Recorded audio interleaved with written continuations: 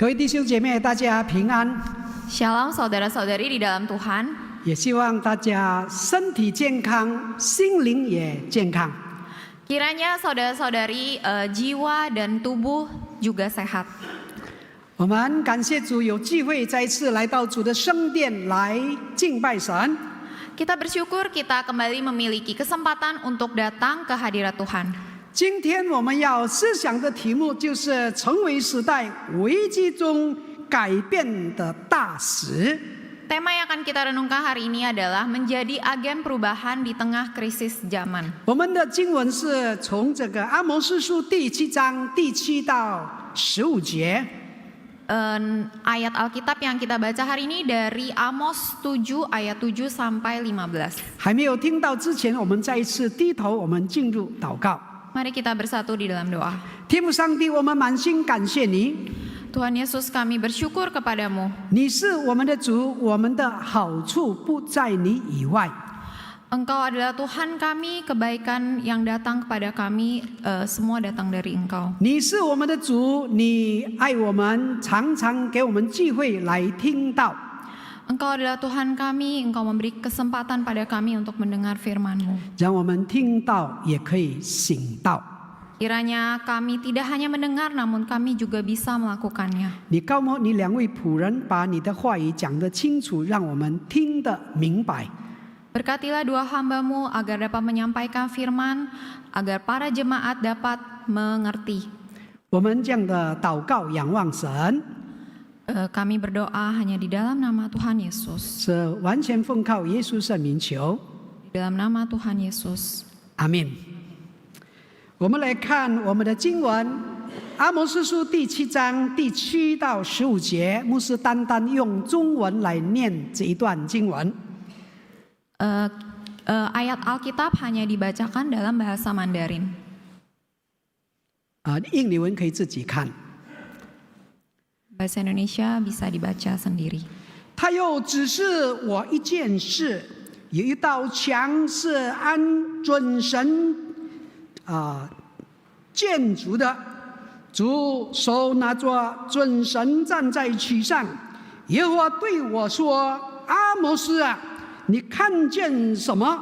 我说：“我看见准神。”主说：“我要吊起准神在我民以色列中。 我必不再宽恕他们，以色列的丘坛必然凄凉，以色列的圣所必然荒废。我必兴起，用刀攻击耶罗波安的家。伯特利的祭司阿玛谢打发人到以色列王耶罗波安那里说：阿摩斯在以色列家中图谋背叛你。 他所说的一切话，这国担当不起，因为阿摩斯如此说：耶罗波安必被刀杀，以色列民定被掳去离开本地。亚玛谢又对阿摩斯说：“你这先见呐，要逃往犹大地去，在那里糊口，在那里说预言，且不要在伯特利再说一言，因为这里有王的圣所，有王的宫殿。”阿摩斯对亚玛谢说：“我原不是先知，也不是先知的门徒，原文做儿子，我是牧人，又是修理双树的。耶和华选召我，使我不跟从羊群，对我说。” 你去向我民以色列说预言。弟兄姐妹，阿摩斯的意思就是挑担子的人。 Saudara-saudari, nama Amos itu artinya orang yang menanggung beban. 我们知道阿摩斯的年代是西元前750年，他生活在北方王耶罗波安2世，还有南方王乌西亚统治的时期。 Ia hidup di zaman pemerintahan Raja Yerobeam II dari kerajaan utara dan Raja Uzia di selatan yaitu kerajaan Yehuda pada tahun 750 sebelum Masehi. 阿摩斯作为先知的形象，必不常体及为讲道或是主日学故事的主题。 Sosok Amos sebagai nabi jarang diangkat menjadi topik khotbah atau cerita sekolah minggu. 因为他的生活侍奉没有非凡的非凡的故事或是记录， Karena kisah kehidupannya itu tidak spektakuler. 不像摩西可以分开红海， Tidak seperti Musa yang bisa membelah Laut Merah. 不像先知约拿3日3夜在大鱼毒腹中， Atau seperti Yunus yang tinggal di perut ikan selama 3 hari 3 malam. 也不像以利亚先知他向上帝祷告，就3年半的时间没有下雨。 Atau seperti Nabi Elia yang berdoa kepada Tuhan sehingga langit tidak turun hujan selama 3,5 tahun. 虽然如此，上帝是用他来治备北国以色列的罪恶，其中包括第一就是社会的不公。 Meskipun demikian, Tuhan memakai Amos untuk menegur dosa bangsa Israel di kerajaan utara. Yang pertama yaitu ketidakadilan sosial. 欧洲到阿拉伯的道路和从埃及到亚洲的道路，就是在北方这里交叉。 Jalan dari Eropa ke Arab dan jalan dari Mesir ke Asia bersinggungan di sebelah utara. 这表示他们有很多生意可以做。 Ini artinya ada banyak bisnis yang bisa dilakukan. 于是北方就积极的发展出出口进出口的贸易，开始发展商业。 Sehingga utara secara aktif mengembangkan perdagangan ekspor, impor, dan juga mengembangkan perdagangan. 当从商的人多起来，银行事业兴盛，放款给各地的人。 Semakin banyak orang terlibat dalam bisnis, perbankan berkembang pesat dan meminjamkan uang kepada orang-orang. 国家的收入不断的上升，生活水准也不断的上升。 Pendapatan nasional meningkat, standar hidup juga meningkat.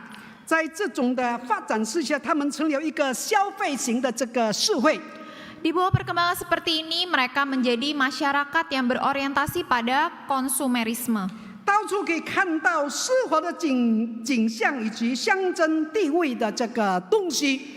Di mana-mana bisa terlihat pemandangan kemewahan dan hal-hal yang melambangkan status. 比如有好多人买第2栋的房子， Misalnya ada orang yang membeli rumah kedua. 他们叫做避暑的别墅，拥有这种房子是地位的象征。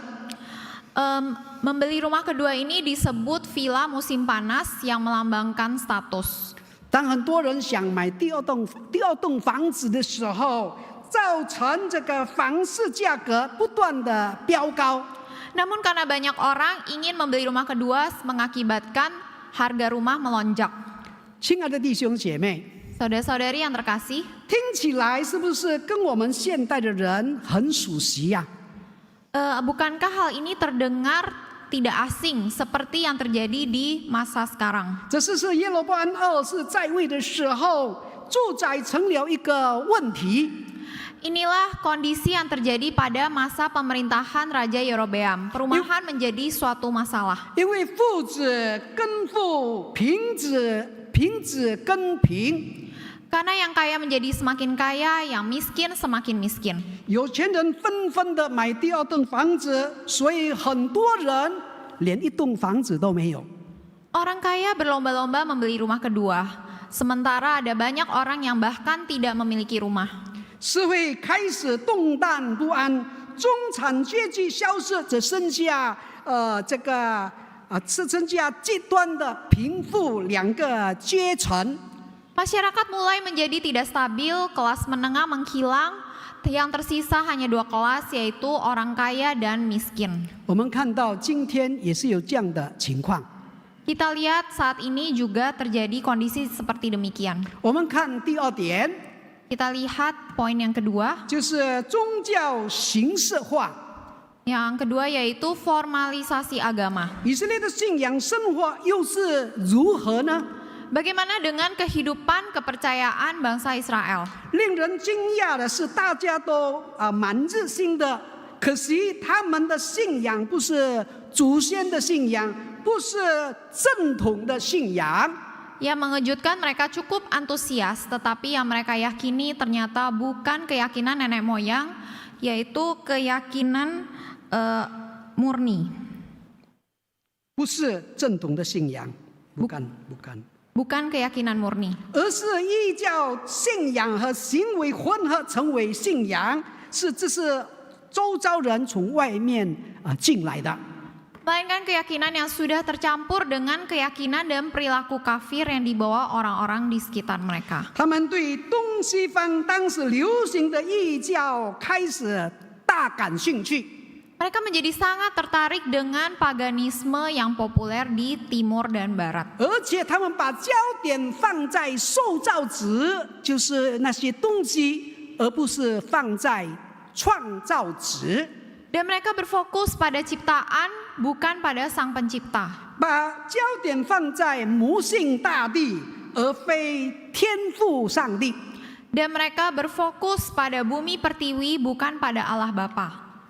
当母性大地成了焦点，当信仰被迷信化的时候， Ketika bumi pertiwi menjadi fokus dan ketika agama difeminisasikan, 特别是有个叫这个巴利的这个男神，他的妻子名字叫做阿斯塔路，是个女神。 apalagi jika ada dewa laki-laki bernama Baal dan ia memiliki istri Asitoret yang merupakan seorang dewi.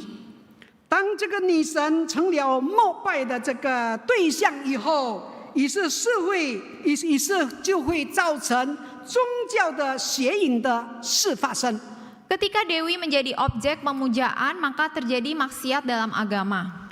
北方的伯特利和撒玛利亚的这个圣殿中都有男祭，还有女祭敬拜方式，就是跟他们这个行淫。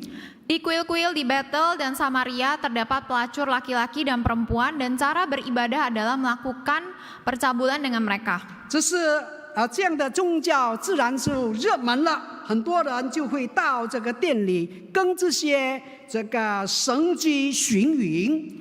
Tentu saja agama semacam ini menjadi populer dan cara beribadah adalah orang-orang datang ke kuil untuk berhubungan seks dengan pelacur ilahi ini. 他们希望透过这样的敬拜，他们蒙福，他招来更多的财产。 Mereka berharap melalui ibadah tersebut dapat mendatangkan berkat dan kekayaannya semakin berlimpah. 我们看第三点就是道德堕落。 Yang ketiga adalah kemerosotan moral. 富裕所造成的影响有财务的丑闻，还有贿赂、腐败等等。 Dampak kekayaan termasuk skandal keuangan, penyuapan, korupsi, dan lain-lain.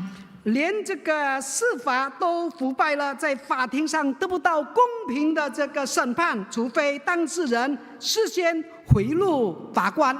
Bahkan sistem peradilan pun korup. Masyarakat tidak dapat keadilan kecuali menyuap hakim terlebih dahulu. 贪婪带来了社会的不公平，富裕带来了情义的这个放纵。 Keserakahan mendatangkan ketidakadilan sosial dan kekayaan mendatangkan hawa nafsu yang tidak terkendali. 于是性行为泛滥，另外酗酒的情形也越来越普遍性。 Akibatnya meluasnya aktivitas sosial dan alkoholisme menjadi semakin biasa. 亲爱的弟兄姐妹， Saudara-saudari yang terkasih, 谁说圣经跟我们没有关系？ siapa bilang Alkitab tidak ada hubungannya dengan kita? 今天物质主义和这个道德活泼在许多地方已然存在。 Hari ini materialisme dan kemerosotan moral banyak terjadi di berbagai tempat. 人们追求享乐和忽视了道德和这个伦理。 Orang-orang mengejar kesenangan namun mengabaikan moral dan etika. 总之，北国以色列民的罪行包括社会不公、拜偶像，还有道德腐败。 Singkat kata, dosa bangsa Israel di kerajaan utara meliputi ketidakadilan sosial, penyembahan berhala, dan kemerosotan moral. 阿摩斯预言提醒他们必须悔改，回到神的道路上，否则神的这个刑罚要临到他们的身上。Nubuat Amos mengingatkan mereka untuk bertobat kembali ke jalan Tuhan atau mereka akan menghadapi hukuman Tuhan. 我们从阿摩斯第7章第7到15节可以看到3个重要的真理。 Dari Amos pasal 7 ayat 7 sampai 15 kita dapat melihat 3 kebenaran penting. 第一就是意象与信息，第7到第9节。 Yang pertama yaitu visi dan berita dari ayat 7 sampai 9. 准绳就是铅垂线，工匠用以测量建筑物是否垂直，检查新墙是否合格，勘察老墙是否需要拆毁。 Tali sipat adalah garis tegak lurus yang dipakai oleh tukang untuk mengukur vertikal bangunan, untuk memeriksa apakah tembok baru memenuhi standar dan menyelidiki apakah tembok lama perlu dibongkar. 这个神主动的问先知：“你看见什么呢？” Tuhan berinisiatif bertanya pada Nabi, apa yang kamu lihat? 是要提醒他注意，神要用公平与公义的这个标准来衡量以色列人的行为。 Mengingatkan dia bahwa Tuhan akan menggunakan standar yang adil dan benar untuk mengukur perilaku bangsa Israel. 我们知道以色列是上帝的选民， Kita tahu bahwa bangsa Israel adalah bangsa pilihan Tuhan. 神借着摩西颁布这个律法，就是为了希望以色列人过着圣洁的生活，成为列国的这个榜样。 Tuhan memberikan Taurat melalui Musa agar bangsa Israel hidup suci dan menjadi teladan bagi bangsa-bangsa. 但是以色列民却远离了神的标准。 Namun bangsa Israel hidup jauh dari standar Tuhan. 当神调起这个准绳的时候，发现他们偏离了太远了。 Ketika Tuhan menaruh tali sipat, ia mendapati bahwa bangsa Israel sudah menyimpang terlalu jauh.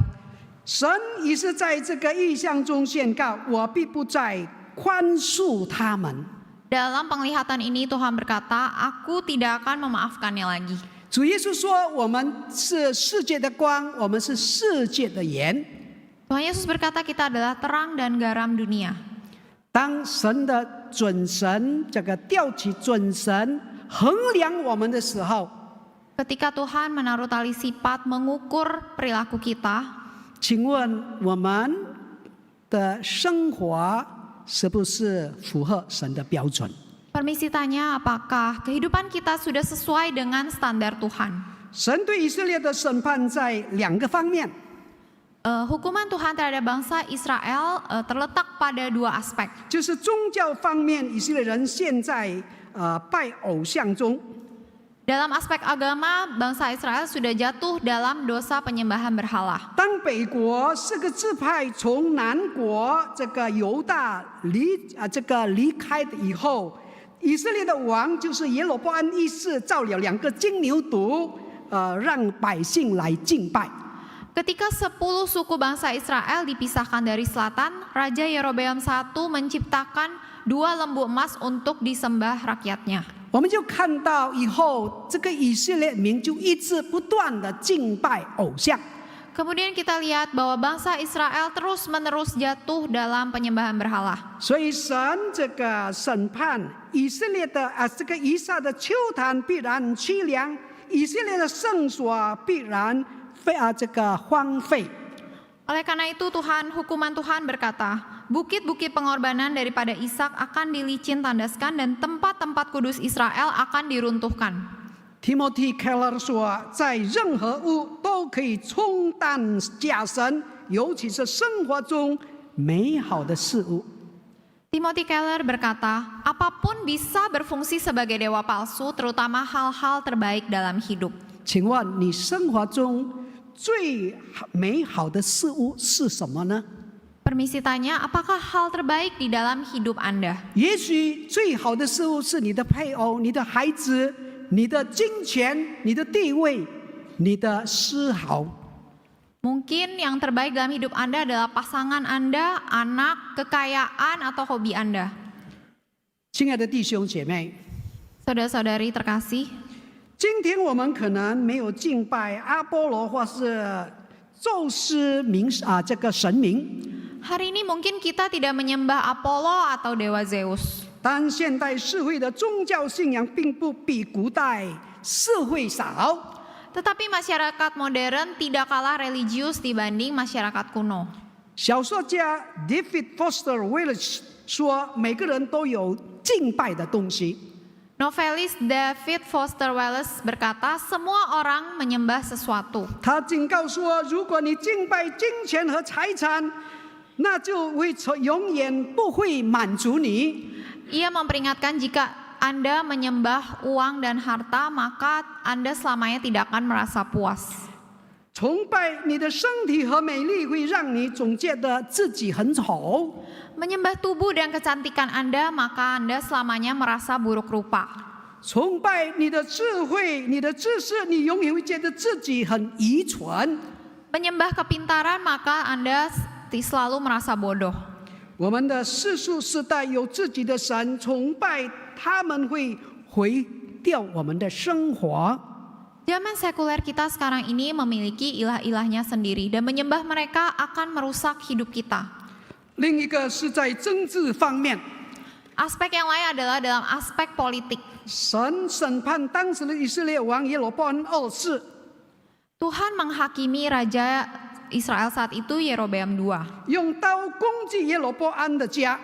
Menggunakan pedang untuk memukul keluarga Yerobeam. 这个审判在耶罗波安的儿子身上得到应验，就是耶罗波安的儿子撒迦利亚做王仅6个月就被人所杀了。 Hal ini digenapi dalam diri anak Yerobeam yaitu Zakaria. Ia dibunuh hanya setelah 6 bulan menjabat sebagai raja. 神对耶罗波安的审判，乃是因为他带领百姓远离神，放任社会不公平与不公义。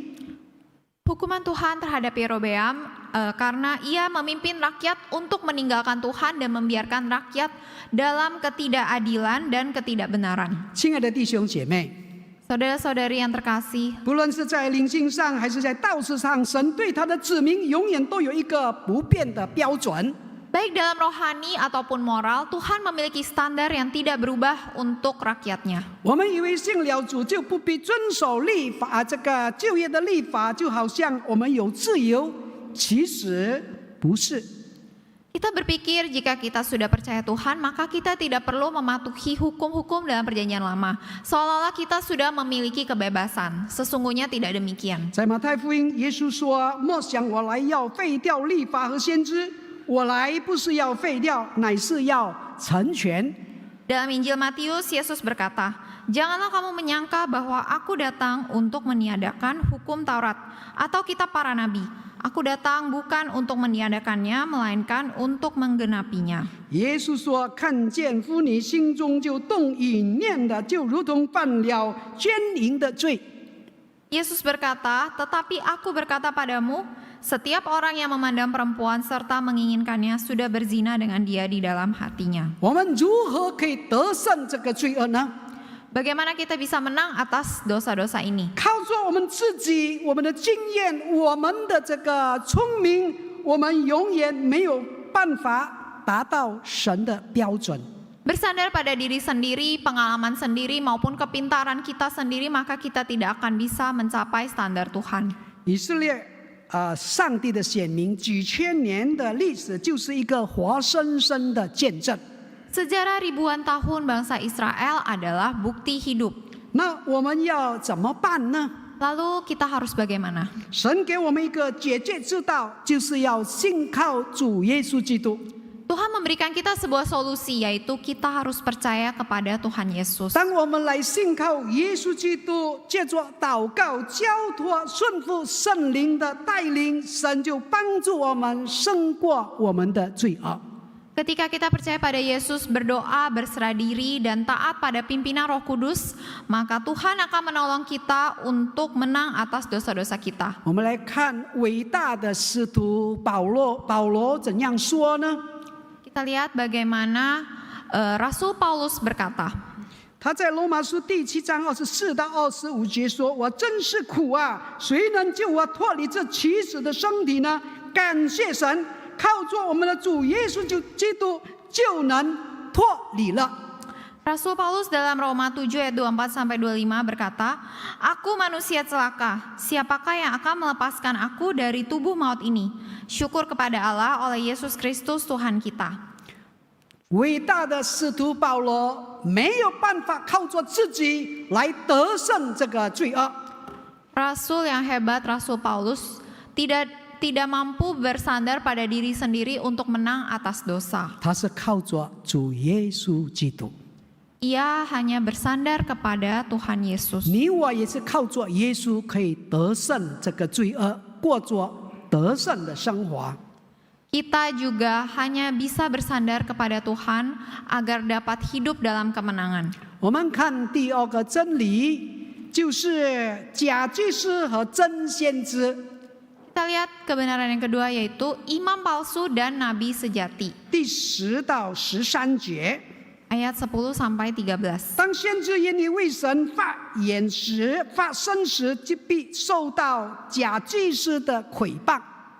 Ketika seorang nabi mau berbicara mewakili Tuhan, ia akan difitnah oleh imam-imam palsu. 我们知道，先知的工作就是服侍君王，宣讲神的话语，引导百姓行在神的旨意中。 Kita tahu bahwa tugas nabi adalah melayani raja, memberitakan firman Tuhan dan membimbing orang untuk berjalan di jalan Tuhan. 相反的，假祭司看重的是金钱，为糊口而侍奉。 Sebaliknya, imam palsu menghargai uang dan melayani untuk memenuhi kebutuhan hidup. 假祭司说回谤的话，目的是要赶走真正的先知。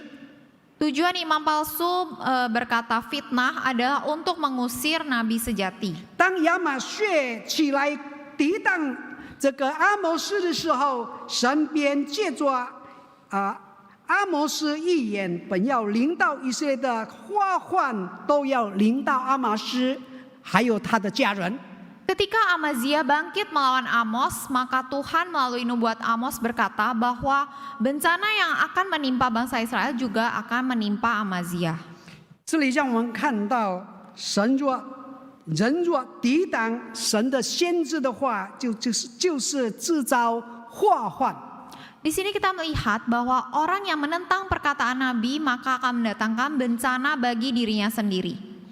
亚玛谢是伯特利的大祭司，代表以色列的官方的宗教。 Amazia adalah imam besar Betel yang mewakili agama resmi Israel. 亚玛谢这个名字的意思就是耶和华是强大的。 Nama Amazia berarti Tuhan itu kuat. 他的名字很属灵，他的地位也是很属灵。 Nama dan posisinya sangat rohani. 可是他却努力的这个禁止宣讲真理， Tetapi ia bekerja keras untuk melarang pemberitaan kebenaran. 因为真理损坏了他在北国宗教体系中的舒适的生活。 Karena kebenaran merugikan kehidupan nyamannya dalam sistem keagamaan di utara. 今天人若为了自己的利益和压制抵挡真理，也将受到神同样的刑罚。 Hari ini orang yang menolak kebenaran demi kepentingan sendiri, ia juga akan mendapat hukuman yang sama. 亲爱的弟兄姐妹， Saudara-saudari yang terkasih, 这个假祭司用半真半伪的半假的这个话语来诽谤先知阿摩斯。 imam palsu ini menggunakan setengah kebenaran untuk memfitnah Amos. 在第10到11节，他到耶罗波安二世面前告状，说阿摩斯背叛以色列王。 Dalam ayat 10 sampai 11 ia menemui Yerobeam dan mengadu bahwa Amos telah mengkhianati Raja Israel. 12到13节，他奉劝这个阿摩斯离开伯特利，回到他的家乡犹大去。 Dalam ayat 12 sampai 13 ia menyarankan Amos meninggalkan Betel dan kembali ke kampung halamannya di Yehuda. 为什么他会这样说呢？ Mengapa ia bisa berkata 因 demikian? 为从他的经验中，他认为先知阿摩斯也像他一样， Karena berdasarkan pengalamannya ia menganggap bahwa Nabi Amos sama seperti dirinya. 是靠着假预言、说谎来谋生的。 Mencari nafkah dengan memberikan nubuatan palsu dan kebohongan. 看来说谎已经成为大多数人普遍采用的生活方式。 Sepertinya berdusta sudah menjadi cara hidup lazim yang dianut kebanyakan orang. 几年前的一项研究证明，91%的人习惯性的在他们认为微不足道的事情上撒谎。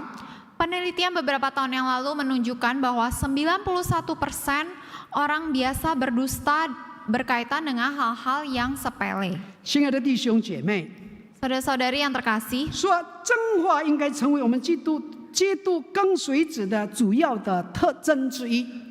berkata benar harusnya menjadi salah satu ciri utama kita sebagai pengikut Kristus. 一个基督徒应该有诚信、信仰和言语要一致。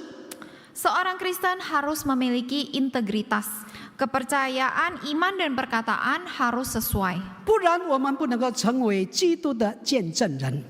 Jika tidak demikian, maka kita tidak bisa menjadi saksi Kristus. 我们周遭的人不单是听我们承认我们是基督徒， Orang-orang di sekitar kita tidak hanya mendengar, tapi juga melihat kita sebagai orang Kristen. 他要看我们我们的生活的见证。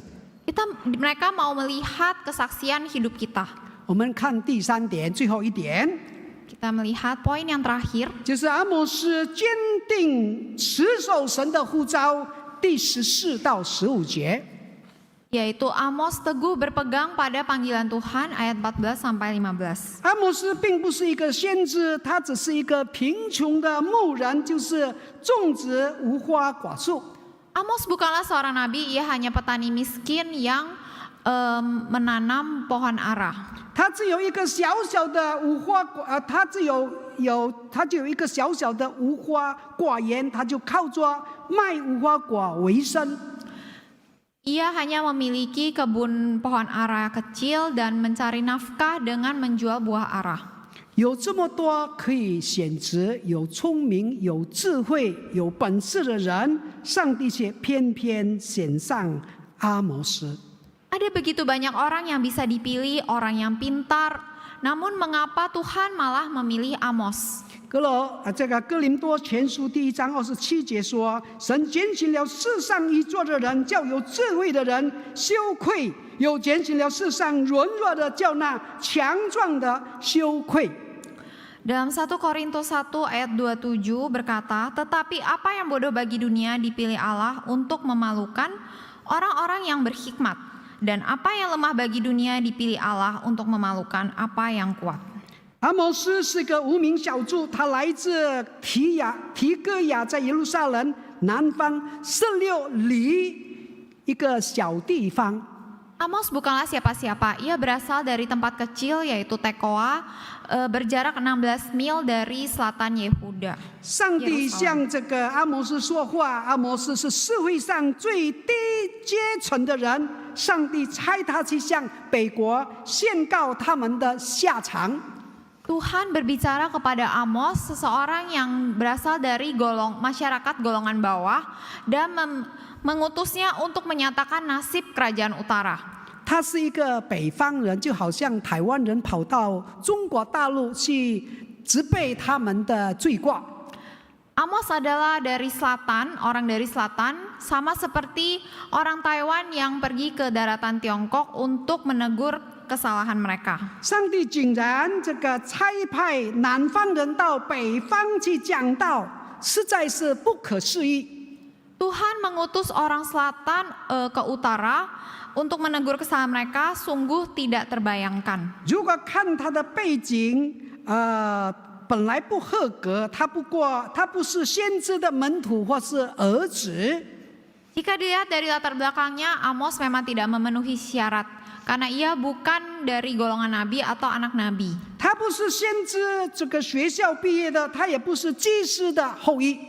Dia bukan lulusan sekolah nabi, juga bukan keturunan imam. 正因为他不是具备这些条件，上帝才拣选他。这实在是上帝奇妙的做法。 Tuhan memilihnya bukan karena ia tidak memenuhi standar ini, tetapi ini adalah cara kerja Tuhan. 就好像当初为什么上帝拣选以色列人呢？ Sama seperti saat itu kenapa Tuhan memilih bangsa Israel. 因为他们其实什么都没有， Karena sesungguhnya mereka tidak memiliki apa-apa. 所以上帝说：“我拣选你们，并不是因为你们厉害、能干、聪明， Sehingga Tuhan berkata, aku memilihmu bukan karena kamu hebat, ataupun pintar, ataupun mampu. 我拣选你们是因为我爱你们，就这么简单。” Aku memilih engkau karena aku mengasihimu, sesederhana itu. 上帝拣选你我也不是这样吗？ Bukankah Tuhan juga memilih kita karena seperti itu? 不是我们比别人更好、更本事， Bukan karena kita lebih hebat daripada orang lain. 乃是神爱我们每一个人。 Karena Tuhan mengasihi kita setiap orang. 上帝拣选跟我们的条件毫无关系。 Pilihan Tuhan tidak ada hubungannya dengan kondisi kita. 上帝为什么要这样做呢？ Mengapa Tuhan mau melakukan hal demikian? 因为他这样做，他才可以得到最大的荣耀。 Karena dengan demikian ia baru dapat dimuliakan. 如果他拣选聪明人、有钱人、有权力的人，那些人就会得荣耀。 Jika ia memilih orang-orang pintar, orang-orang kaya atau berkuasa, maka orang-orang itu yang akan dimuliakan. 但他不是这样拣选人，他拣选那些无名小卒，好叫自己得荣耀。所以上帝拣选阿摩斯。 Tuhan malah memilih orang-orang seperti Amos agar dia yang dimuliakan. 让我们看到神的作为是何等的奇妙。 Mari kita lihat betapa ajaibnya perbuatan Tuhan. 一个人可以平凡无奇，当神使用的时候，就可以做不平凡的事。 Seseorang boleh saja menjadi orang biasa, tetapi jika dipakai Tuhan, ia dapat melakukan hal luar biasa. 关键不在于人，重要的是神，不是我，乃是主。一切都是顺服神的呼召。 Kuncinya bukan manusia, yang penting Tuhan. Bukan aku, tetapi Tuhan. Semuanya taat pada panggilan Tuhan. 马里逊曾经说：“我不能，神能。” Morrison pernah berkata, saya tidak bisa, tapi Tuhan bisa. 虽然当时他不过是一个年轻人，一个人来到中国， Meskipun saat itu ia masih muda dan datang sendirian ke China, 但却对神有一个巨大的信心。福音的种子随着他的脚步，逐渐就撒在中国人的心中。 tetapi ia memiliki iman yang besar pada Tuhan. Benih Injil mengikuti jejaknya perlahan-lahan ditanamkan di hati masyarakat Tiongkok. 东方教父阿达纳修为了坚持正统的这个教义，曾无次被流放。 Athanasius, Bapa Gereja Timur, diasingkan 5 kali karena menganut kepercayaan ortodoks. 他的朋友都劝他不要太固执，否则所有的人都会反对他。 Teman-temannya menasihatinya agar tidak terlalu keras kepala atau orang-orang akan menentangnya. 他对他的朋友说：“如果世界都反对神的道，那么我将反抗全世界的人。” Ia lalu berkata, jika seluruh dunia menentang firman Tuhan, maka saya akan menentang seluruh dunia. 因此，他便有了一个雅号，对抗全世界的人。 Akhirnya ia mendapatkan julukan orang yang menentang seluruh dunia. 亲爱的弟兄姐妹， Saudara-saudari yang terkasih, 我们生活今天是否在跟这个阿摩斯的这个时代是一样的？ hari ini kita hidup di zaman yang sama seperti Amos. 也许 Mungkin 我们的生活条件很优越，过着非常富裕的生活， Mungkin kondisi kehidupan kita sangat prima, menjalani kehidupan yang sangat berlimpah. 一切都顺利，没有天灾人祸。 Semuanya berjalan dengan lancar, tidak ada bencana atau bencana yang diakibatkan ulah manusia. 可是，当我们不肯听上帝的话语，人心就慢慢的腐化了。 Namun ketika kita tidak bersedia mendengar firman Tuhan, maka hati kita mulai rusak. 当人心开始麻木，开始干硬，对神的话语充耳不闻的时候， Ketika hati manusia mulai mati rasa dan mengeras dan mulai menutup telinga terhadap firman Tuhan, 他们甚至认为神的话语是多说的，好管闲事，给薄。 mereka malah menganggap firman Tuhan banyak bicara, usil dan kepo. 我为什么一定要听从你？你讲的这些话都是废话。 Mengapa saya harus mendengar kata-katamu? Kata-katamu ini omong kosong. 你不了解时代不一样了，你不了解人权吗？ Kamu tidak tahu perubahan zaman, kamu tidak tahu ini adalah hak asasi manusia. 你不知道这是我应享有的自由吗？ Tidak tahukah kamu ini adalah kebebasan yang pantas aku dapatkan? 亲爱的弟兄姐妹， Saudara-saudari yang terkasih, 这就是道德的败坏。 inilah kerusakan moral. 所以有一些人开始搞同性恋、婚前性的关系。 Sehingga mulai banyak orang terlibat dalam homoseksualitas dan hubungan di luar nikah. 婚外情、夫妻调换配偶，寻找刺激， Perselingkuhan, berganti-ganti pasangan untuk mencari sensasi. 这是胡搞。 Ini amoral. 道德一直沉沦，一直败坏。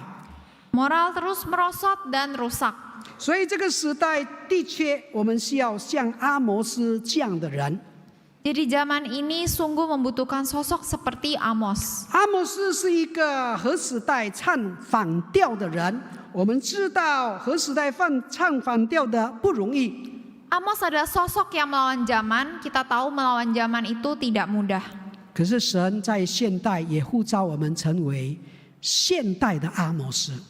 Tetapi Tuhan juga sudah mengutus kita menjadi Amos modern. 求神赐给我们足够的信心与勇气，在正道上我们站立得稳。 Kiranya Tuhan memberikan kita iman dan keberanian yang cukup berdiri teguh pada kebenaran. 我们才可以影响我们周遭的人， Kita baru bisa mempengaruhi orang-orang di sekitar kita. 我们才可以成为这个世界的光与世界的盐。 Kita baru bisa menjadi terang dan garam di dunia. 求神帮助我们， Kiranya Tuhan menolong kita. 阿门。我们进入祷告， Kita bersatu di dalam doa. 天父上帝，我们满心感谢你， Tuhan Yesus, kami bersyukur kepadamu. 你非常的爱我们，在是用你的话语来提醒教导我们。 Engkau sangat mengasihi kami, sekali lagi mengingatkan kami melalui firman-Mu. 我们知道我们非常的软弱， Kami tahu kami sangat lemah. 我们需要靠主才可以得胜， Kami harus bersandar pada Tuhan agar bisa menang. 靠主才可以成为现代的阿摩斯， Bersandar pada Tuhan agar bisa menjadi Amos modern. 成为世界的光、世界的盐。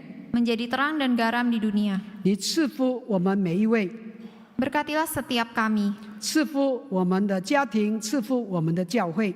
Berkati keluarga kami, berkati gereja kami. 我们将祷告是完全的奉靠耶稣圣名求， Kami berdoa hanya di dalam nama Tuhan Yesus. 阿门。 Amin.